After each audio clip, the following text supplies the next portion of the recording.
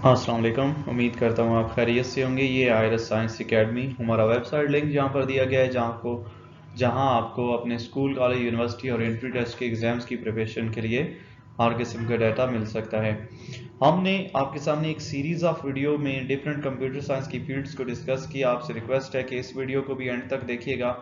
इस वीडियो में हमने कंप्यूटर साइंस की डिफरेंट फील्ड्स जो कि कंप्यूटर साइंस से रेलेवेंट और साइबर सिक्योरिटी से रेलेवेंट है उनको डिस्कस किया है और उनसे जुड़े हुए कुछ इंटरेस्टिंग फैक्ट्स को आपके सामने रखा है। हमारी पिछली प्रीवियस वीडियोस को भी ज़रूर देखें अगर आपने नहीं देखा और आप ऑलरेडी देख चुके हैं तो उसके साथ ये सीक्वेंस में सीरीज़ में हमारी ये आखिरी वीडियो है। इसमें भी हम डिफरेंट फील्ड्स को डिस्कस करेंगे ताकि चाहे आप प्रोफेशनल हैं या स्टूडेंट हैं अपने लिए एक बेहतरीन और बेस्ट करियर का इंतखाब कर सके जो आपकी इंटरेस्ट, आपकी एबिलिटीज़ और आपके स्किल्स से बेस्ट मैच करता हो। आज की इस वीडियो में हम आपके सामने कंप्यूटर साइंस की डिफरेंट फील्ड्स को डिस्कस करेंगे। यहाँ पर हम कुछ साइबर सिक्योरिटी के हवाले से फील्ड्स को डिस्कस करेंगे और कुछ जनरल फील्ड्स होंगी जो कंप्यूटर साइंस में ओवरऑल हमें देखने को मिलती हैं या जिन्हें स्टूडेंट और प्रोफेशनल्स अपने लिए चुन सकते हैं। तो जिन फील्ड्स को हम आज डिस्कस करने जा रहे हैं उनमें है algorithms and data structure, computer graphics, computational linguistics, content computing, cryptography and network security, ethical hacking, security policies and procedures, incident response and forensic penetration testing। आइए एल्गोरिदम और डाटा स्ट्रक्चर से स्टार्ट करते हैं। कंप्यूटर साइंस की field के अंदर algorithm और data structure एक बहुत बड़ी फील्ड है और इस फील्ड से ताल्लुक़ रखने वाले जितने भी लोग हैं उनका ताल्लुक़ होता है प्रॉब्लम सॉल्विंग से। बेसिकली आजकल के दौर में हम जितनी भी प्रोग्रामिंग देख रहे हैं वो या फिर हम जितने भी अपने इर्द गिर्द आर्टिफिशियल इंटेलिजेंस के कमालात देख रहे हैं उसके पीछे डाटा स्ट्रक्चर और एल्गोरिदम्स का बहुत बड़ा हाथ है। एल्गोरिदम्स में हम स्टेप बाय स्टेप कुछ ऐसे प्रोसीजर्स बनाते हैं जिसकी मदद से किसी भी प्रॉब्लम को सॉल्व किया जा सके और डाटा स्ट्रक्चर के अंदर हम देखते हैं कि मुख्तलिफ किस्म का डाटा किस तरीके से ऑर्गेनाइज किया जाएगा और स्टोर किया जाएगा। मुख्तलिफ किस्म के एल्गोरिदम्स यूज़ किए जाते हैं लाइक चीज़ों को अरेंज करना हो, किसी चीज़ को सर्च करना हो और इसी तरीके से आप कोई भी टास्क परफॉर्म करते हैं जिसमें स्टेप बाय स्टेप प्रोसीजर होता है। मतलब मुख्तलिफ टास्क जो भी आप परफॉर्म करें जिन्हें स्टेप बाय स्टेप परफॉर्म कर सकते हो आप उनको एल्गोरिदम्स में कन्वर्ट कर सकते हैं, चाहे वो कंप्यूटेशनल प्रॉब्लम्स हों या अप्रॉक्सीमेशन रेलेवेंट या हमारी जो रियल लाइफ है उससे रेलेवेंट जो प्रॉब्लम्स होती हैं उसके बारे में यहाँ पे हम सॉल्यूशंस प्रिपेयर करते हैं। ये जर्नलाइज सॉल्यूशंस होते हैं, फिर इनको हम कंप्यूटर की लैंग्वेज के अंदर कन्वर्ट कर देते हैं। और डाटा स्ट्रक्चर की बात करें तो हमारे पास एरेज हैं, लिंक लिस्ट है, हैश टेबल्स हैं, ट्रीज हैं। इसकी मदद से हम अपने डाटा को किस तरीके से स्टोर करेंगे या एक्सेस करेंगे या ऑर्गेनाइज करेंगे, ये सारी चीज़ें उसमें आ जाती हैं। एल्गोरिदम और डाटा स्ट्रक्चर के बाद अब हम बात कर लेते हैं कंप्यूटर ग्राफिक्स की। अगेन कंप्यूटर साइंस की बहुत बड़ी फील्ड जिसके लिए आपको अगर आप ग्राफिक्स का, डिज़ाइनिंग का, पेंटिंग वगैरह का शौक़ रखते हैं तो फिर आपके लिए ये सबसे बड़ी और सबसे इंटरेस्टिंग फील्ड है। बेसिकली कंप्यूटर ग्राफिक्स के अंदर आप मुख्तलिफ किस्म के ग्राफिक्स जो कि आपके जैसे डिस्प्ले रेलेवेंट कंटेंट होता है कि आप अपना डिस्प्ले को किस तरह विजुअलाइज कराएंगे कंप्यूटर्स के अंदर या उन्हें किस तरह बनाएंगे, ये सारी चीज़ें देखते हैं। लाइक आप कोई सिंपल डायग्राम बनाते हैं, कोई डिज़ाइन बनाते हैं या किसी भी चीज़ की लुक बनाते हैं कि वो किस तरह दिखेगी। ठीक है, यहाँ पर हम बात कर रहे हैं इंटरफेस की एक्चुअली। ठीक है, वो इंटरफेस किसी वेबसाइट का हो सकता है, किसी सॉफ्टवेयर का हो सकता है या इसके अलावा वो इंटरफेस जो है वो किसी भी 3D मॉडल का हो सकता है। लाइक गेम्स के अंदर जो डिफरेंट करेक्टर्स होते हैं उनके बारे में हो सकता है। तो 2D 3D मॉडलिंग होती है, रेंडरिंग, एनिमेशन वगैरह, इमेज प्रोसेसिंग, इस तरह की सारी चीज़ें जो है वो हमारे पास कंप्यूटर ग्राफिक्स में आ जाती हैं। और जो लोग कंप्यूटर ग्राफिक्स में होते हैं उनके लिए वीडियो गेम्स के ग्राफिक्स और उसके लिए डिफरेंट जो करेक्टर्स या उसमें इस्तेमाल होने वाले जो डिज़ाइन है उसको प्रिपेयर करना हो या एनिमेटेड मूवीज़ के हवाले से वहाँ पर आप इस तरह की अपनी डिग्री को इस्तेमाल कर सकते हैं, इन स्किल्स को यूज़ कर सकते हैं वर्चुअल रियलिटी के एनवायरनमेंट में। और इसके अलावा आप यूज़र के लिए जो डिफरेंट इंटरफेसेस प्रिपेयर करते हैं वहाँ पर भी इस चीज़ को इस्तेमाल कर सकते हैं। देन हम बात करते हैं कंप्यूटेशनल लिंग्विस्टिक की। तो कंप्यूटेशनल लिंग्विस्टिक्स में बेसिकली हम उस कंप्यूटर साइंस की फील्ड की बात कर रहे हैं जिसका ताल्लुक नेचुरल लैंग्वेज से है। इसमें हम स्टडी करते हैं नेचुरल लैंग्वेज को कि कंप्यूटर साइंस की मदद से उसको किस तरह डील किया जाएगा। अब जब हम बात करें कंप्यूटर साइंस की मदद से किस तरह डील किया जाएगा, तो एक्चुअली हम यहाँ पर बात कर रहे होते हैं एल्गोरिदम्स और मॉडल्स डेवलप करने की, जिनकी मदद से हम लैंग्वेजेस को एनालाइज करते हैं।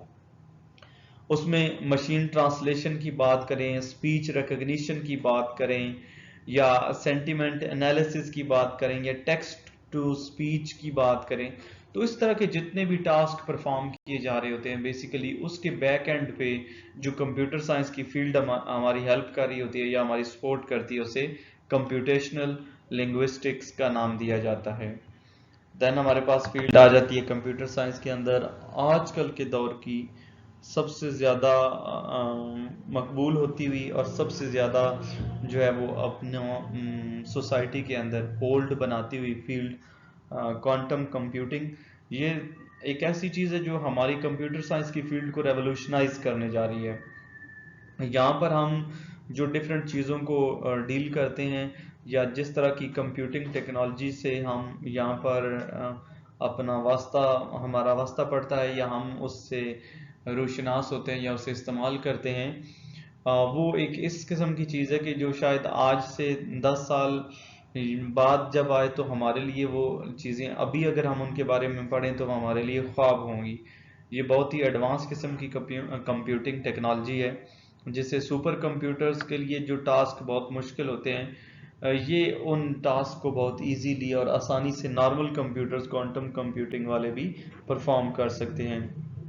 अब इसमें क्वांटम कंप्यूटिंग को अगर बहुत सिंपल सादा अल्फाज में अगर आपके सामने बयान करूं तो इसमें जो होता है बेसिकली हम क्वांटम मैकेनिक्स की हेल्प लेते हैं और क्वांटम फिजिक्स की हेल्प लेते हैं, जिसकी मदद से हम कम्प्लेक्स किस्म की कंप्यूटेशन या कम्प्लेक्स किस्म की जो कैलकुलेशंस होती हैं उनको परफॉर्म करते हैं। ट्रेडिशनल कंप्यूटर्स जो होते हैं वो जीरोस और वंस की सूरत में काम करते हैं, जबकि क्वांटम कंप्यूटिंग में जीरोस और वंस की जगह हम क्यूबिट्स को यूज करते हैं। तो वो जो क्यूबिट्स होते हैं वो मल्टीपल स्टेट्स में साइमल्टेनियसली एग्जिस्ट कर सकते हैं, मतलब हमारे पास पॉजिटिव और नेगेटिव चार्ज, हाई और low voltage at the same time एक ही जगह पर होगी। अब ये थोड़ी सी कम्प्लेक्स चीज़ है, इसमें हम काफ़ी ज़्यादा डिटेल में नहीं जाएंगे आपके लिए, लेकिन इतना आपके लिए बता दें कि कंप्यूटर साइंस की दुनिया को बहुत ज़्यादा रेवोल्यूशनाइज करने वाली और बहुत ही कम्प्लेक्स और बहुत ही डिफ़िकल्ट किस्म के टास्क बहुत ही आसानी से परफॉर्म करने वाली जो नई फील्ड हमारे सामने आ रही है वक्त के साथ साथ, वो है क्वांटम कंप्यूटिंग। ये मुख्तलिफ कम्प्लेक्स प्रॉब्लम्स को एफिशिएंसी के साथ भी डील करती है जिसको क्लासिकल कंप्यूटर्स डील नहीं कर सकते।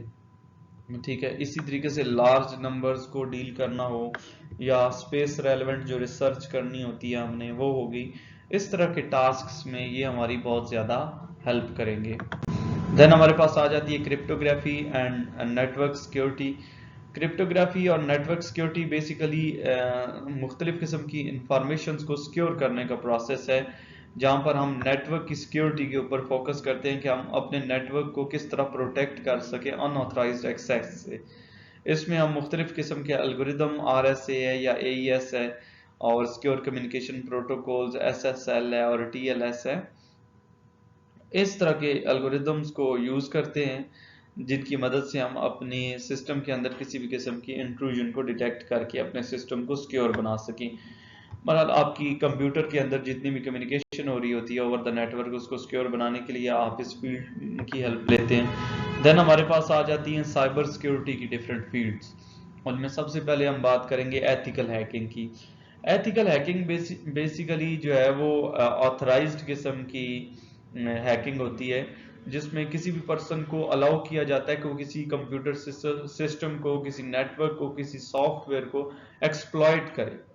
ठीक है, और उसके अंदर मौजूद वल्नरेबिलिटीज जो होती हैं या उसके अंदर मौजूद जो फॉल्ट, फ्लॉज या गलतियां, खामियां होती हैं उसको आइडेंटिफाई करे, ताकि कोई और हैकर या कोई और वायरस उसको अपने किसी गलत मकसद के लिए यूज ना कर सके। तो बजाय इसके कि कोई और वहां पे आके उस चीज को एक्सप्लॉइट करे, उससे पहले एथिकल हैकर से ये काम करवा लिया जाता है। तो इसकी मदद से हमारे सिस्टम की सिक्योरिटी भी इम्प्रूव हो जाती है, और इसमें हम बेसिकली लीगल तरीके से हैकिंग कर रहे होते हैं, और तमाम ऑर्गेनाइजेशंस को इनकी ज़रूरत होती है ताकि वो अपने सिस्टम को प्रोटेक्ट भी कर सकें और सिस्टम में मौजूद वीकनेसेस को भी आइडेंटिफाई कर सकें, और वक्त के साथ साथ अगर कभी किसी वजह से उनके ऊपर अटैक हो जाता है तो उस अटैक से भी खुद को बचा सकें। देन हम बात करते हैं साइबर सिक्योरिटी में security and policies, security policies and procedures की। तो यहाँ पर हमारे पास बहुत सारी पॉलिसीज और प्रोसीजर्स हैं, लाइक सर्वर के हवाले से पॉलिसीज हैं, उसके ऊपर मौजूद डाटा की एक्सेस के हवाले से पॉलिसीज हैं, बैकअप किस तरह बनाना है उसके रेलेवेंट जनरल पॉलिसीज हैं, कंप्यूटिंग टेक्नोलॉजी की इंफॉर्मेशन से रेलेवेंट है या नेटवर्क के रेलेवेंट पॉलिसीज हैं। यहाँ पर बहुत सारी चीज़ें आ जाती हैं। लेकिन अगर हम सिक्योरिटी पॉलिसीज और प्रोसीजर्स को जनरलाइज करके बात करें तो बेसिकली इसमें कुछ गाइडलाइंस होती हैं जो इस्टेब्लिश की जाती हैं किसी भी ऑर्गेनाइजेशन में, जिसकी मदद से वो इंश्योर करें कि डिजिटल डिवाइसेस और डिजिटल डाटा को किस तरीके से हम प्रोटेक्ट कर सकते हैं। इसके लिए हमें कुछ रूल्स, कुछ स्टैंडर्ड्स, कुछ प्रोटोकॉल्स बनाने पड़ते हैं। एम्प्लॉयज उन्हें फॉलो करते हैं, मेंटेन करके रखते हैं अपने डाटा की कॉन्फिडेंशियलिटी को, इसके अलावा इसकी इंटेग्रिटी को और अवेलेबिलिटी ऑफ डाटा को। इसमें अगर हम एग्जांपल लें तो हमारे पास पासवर्ड्स हैं, एक्सेस कंट्रोल है, डाटा बैकअप प्रोसीजर है या इंसिडेंट रिपोर्टिंग गाइडलाइंस। इस तरह की सारी चीज़ें जो है वो साइबर सिक्योरिटी एंड पॉलिसीज में आ जाती हैं। अगेन ये कंप्यूटर साइंस की बहुत बड़ी फील्ड जो कंप्यूटर साइंस के स्टूडेंट्स और प्रोफेशनल्स के लिए इम्पॉर्टेंट है, और जो इस तरह की फील्ड में इंटरेस्ट रखते हो उनके लिए यहाँ पर ग्रो के बहुत चांसेस होते हैं। देन हम बात करते हैं इंसिडेंट रिस्पॉन्स एंड फॉरेंसिक की। बेसिकली ये हमारे पास एक सिस्टमेटिक अप्रोच होती है जिसकी मदद से हम मैनेज करते हैं किसी भी जगह सिक्योरिटी इंसिडेंट्स जो हुए होते हैं, लाइक डाटा ब्रीचेस हुए हैं, कहीं मालवेयर इन्फेक्शन हुआ है या किसी जगह नेटवर्क के अंदर इंट्रूजन हुई है। तो इस तरह की सिचुएशंस को हैंडल करने के लिए या डील करने के लिए, डिटेक्ट करने के लिए भी और उससे बचाने के लिए भी, रिकवरी के लिए भी हम इस फील्ड को यानी कि इंसिडेंट रिस्पांस एंड फोरेंसिक्स को यूज करते हैं। इसमें हम एनालाइज करते हैं डिजिटल एविडेंस को, ताकि किसी जगह अगर साइबर क्राइम हुआ है तो उसको हम वहां पर अपने सामने ला सकें और उससे खुद को बचा सकें या किसी और को बचा सकें या उस चीज को आइंदा होने से भी रोक सकें। इसमें मुख्तलिफ टेक्निक्स होती हैं, लाइक आपने रिट्रीव करना है या एनालाइज करना है डाटा को, ठीक है, सिस्टम के ऊपर या नेटवर्क के ऊपर। तो हम अपने डाटा को अपने सिस्टम में या नेटवर्क के अंदर जो है एनालाइज करते हैं, रिट्रीव करते हैं, और उससे हमें अंदाज़ा होता है वहाँ पर किसी किस्म की अगर कोई भी वहाँ पर क्राइम हुआ है या कोई साइबर अटैक हुआ है तो हम उससे अवेयर हो सकते हैं। यहाँ पर हमने पिक्चर की मदद से उस चीज़ को थोड़ा वाज़ेह करने की कोशिश की है कि कौन कौन से स्टेप्स इन्वॉल्व होते हैं इसमें। और अब हम बात करेंगे इसके बाद जो है वो साइबर सिक्योरिटी के अंदर पेनिट्रेशन टेस्टिंग की। पेनिट्रेशन टेस्टिंग जो है बेसिकली ये एक इस तरह की टेस्टिंग है कि जिसको एथिकल हैकर्स यूज करते हैं, ठीक है। इसमें हम सिस्टम की सिक्योरिटी को चेक करते हैं, चाहे वो किसी कंप्यूटर की हो, चाहे वो किसी नेटवर्क की हो, और देखते हैं कि उसके ऊपर कोई अटैक किया जाए तो वो किस तरह रिस्पॉन्ड करेगा या अपने आप को किस तरह प्रोटेक्ट करेगा। इसमें हम डिफरेंट किस्म की वीकनेसेस ऑफ द सिस्टम या ऑर्गेनाइजेशन को भी अपने सामने लेकर आते हैं और फिर उसके हवाले से कुछ सिक्योरिटी मेजर्स लेते हैं जिसकी मदद से हम आइडेंटिफाई भी कर सकें एक्सप्लॉइट होने वाली चीज़ों के या उन पॉइंट्स को, और उनको फिर सिक्योर भी कर सकें। तो ये थी कंप्यूटर साइंस की डिफरेंट फील्ड्स जिनको हमने आप सबके सामने पेश किया। उम्मीद करता हूँ कि ये सारी आपके लिए काफ़ी हेल्पफुल होंगी, और इन सारी वीडियोस को देखने के बाद आप अपने फ्यूचर के लिए, चाहे आप प्रोफेशनल हैं या स्टूडेंट्स हैं, एक बेहतर फील्ड का इंतखाब कर सकते हैं जिसमें आप सक्सेसफुल भी हो सकें और ग्रो भी कर सकें। यहाँ पर हमारी जो सीरीज़ है वो एंड होती है और इस वीडियो का भी यहाँ पर इख्तिताम होता है। Thank you so much for watching this video. हमारी वीडियोस को लाइक, सब्सक्राइब और शेयर करना मत भूलिएगा। हमारे चैनल पे भी ज़रूर विज़िट करते रहें, आपके लिए हम काफ़ी मटेरियल वहाँ पे रख रहे हैं। इसके अलावा हमारी वेबसाइट पे भी आपके लिए बहुत कुछ है, चाहे आप स्टूडेंट हैं या प्रोफेशनल हैं, ये सारी चीज़ें आपके लिए काफ़ी हेल्पफुल हो सकती हैं। Thank you so much, thank you for watching.